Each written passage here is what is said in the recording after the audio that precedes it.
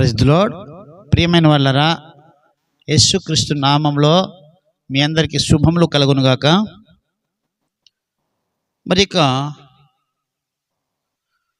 ఈ సందర్భంలో ప్రభు పేరిట మీతో బోధించే విషయం ఏమనగా, దేవుడు మనల్ని దర్శించాలంటే దేవుని యొక్క వాక్కు మనల్ని దర్శించాలంటే మనం ఎలా ఉండాలి? కొన్ని విషయాలు మీతో ప్రస్తావించాలని ఆశపడుచున్నాను ప్రియమైన వాళ్ళరా. అయితే మరి ఇక ఒక వ్యక్తి ఉన్నారు, ఆయన పేరు కొర్నేలి. కొర్నేలికి దేవుడు తన దర్శనమందు తేటగా కనబడెను. మరి దేవుడు ఆయనను దర్శించి ఆయన వాక్కు ద్వారా ఆయనను దర్శించడానికి కారణం ఏమై ఉన్నది, కొర్నేలికు జీవితం ఎలాగ ఉన్నది అనేటువంటి విషయాన్ని మనం చూద్దాం.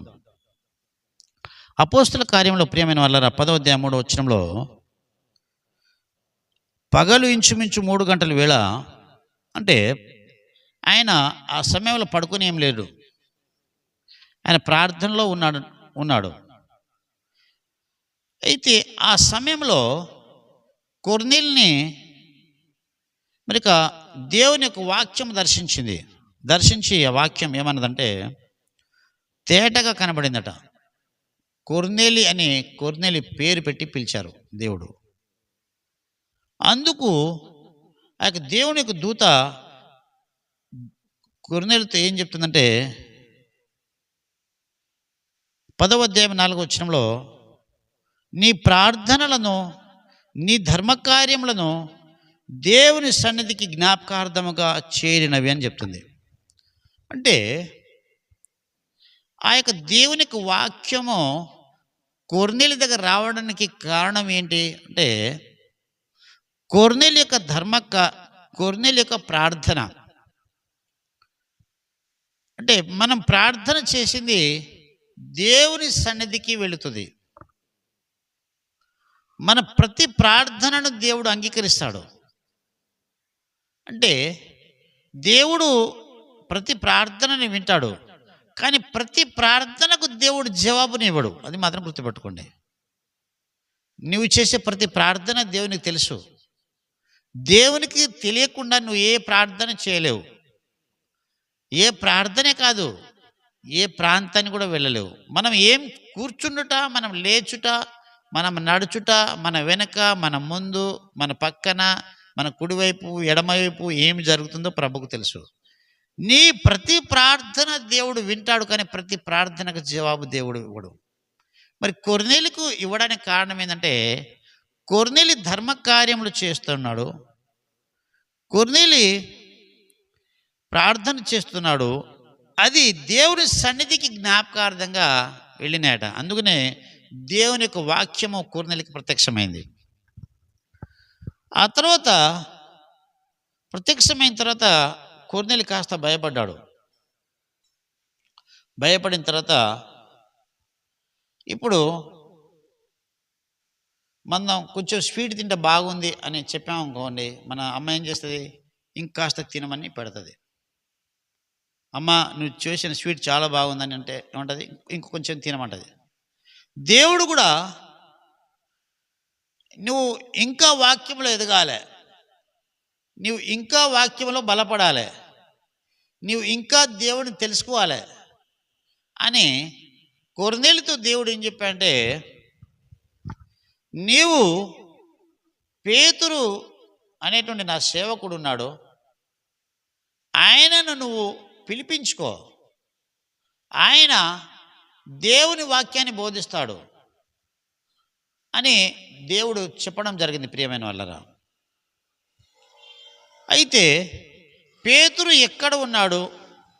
ఒక చర్మకారుని ఇంట్లో ఉన్నాడు. ఆయన ఎవరి ఇంట్లో ఉన్నాడు, ఎక్కడ ఉన్నాడు అనేటువంటి పూర్తి అడ్రస్సు దేవుడే మరి కొర్నేలికి వివరించడం జరిగింది. ఈ కొర్నేలి శతాధిపతి, ఆయన గొప్ప సైన్యాధిపతి అన్నట్టు, గొప్ప హోదాలో ఉన్న వ్యక్తి. అయినా కూడా దేవుని ఎదుట తగ్గించుకుని ప్రార్థన చేసే అనుభవం ఆయనకున్నది. ప్రియమైన వాళ్ళ చాలామంది చిన్న ఉద్యోగం రాగానే నాకు సమయం లేదు అని ఇటోటో తిరుగుతూ ఉంటారు, కానీ ప్రార్థన చేయడానికి ఇష్టపడరు. రాత్రి చాలా ఆలస్యంగా పడుకుంటారు, ఉదయం చాలా లేటుగా లేస్తారు. దేవుని సన్నిధి గడపడానికి ఇష్టపడతలేదు. అప్పుడు దేవుని యొక్క వాక్యం వారికి దర్శనం కలగదు. అపవాది దర్శనాలు, చెడ్డ ఆలోచనలు, సమాధానం ఉండదు కుటుంబంలో. ఎన్నో చాలామంది వారి జీవితం అలాగే పతనం అవుతుంది. నీ ప్రార్థన జీవితం కలిగి ఉంటే దేవుడి వాక్యం నిన్ను దర్శించి నీ కుటుంబాన్ని నిన్ను దీవిస్తుంది. దేవుని యొక్క వాక్యం సెలవిచ్చిన ప్రకారము కొర్నేలి ఒక నమ్మకస్తుడైనటువంటి ఒక వ్యక్తిని పిలిపించి పేతురుని పిలిపించుకున్నాడు. పేతురు అక్కడ ప్రార్థన చేస్తున్నాడు. అక్కడ భోజనం ఆలస్యమైంది. ఆ విరామము మరి సమయాన్ని వృధా చేయకుండా ఉండాలని ఒక 10వ అధ్యాయము 9వ వచనంలో చూసుంటే అపోస్తలుల కార్యము, పేతురు ప్రార్థన చేయడానికి మిద్దె మీద ఎక్కాను. పేతురు ప్రార్థన చేయడానికి మిద్దె ఎక్కాడట, ఇంటి మిద్దె. అక్కడ దేవుడు దర్శించాడు. ఇక్కడ కొర్నేలి ప్రార్థన చేశాడు, దేవుడు దర్శించాడు. నీవు ప్రార్థన చేస్తే దేవుడు నిన్ను కూడా దర్శిస్తాడు.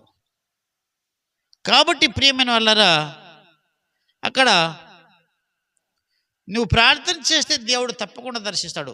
పేతురు వచ్చాడు కొర్నేలి ఇంటికి, ఇంకా అనేక వాక్యాన్ని బోధించి కొర్నేలిని ఇంకా బలంగా నడిపించాడు.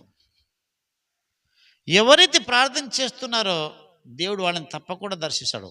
అపోస్తలుల కార్యము 9వ అధ్యాయము 10వ వచనంలో అనన్య ప్రార్థన చేస్తూ ఉంటే అనన్యను దేవుడు దర్శించాడు.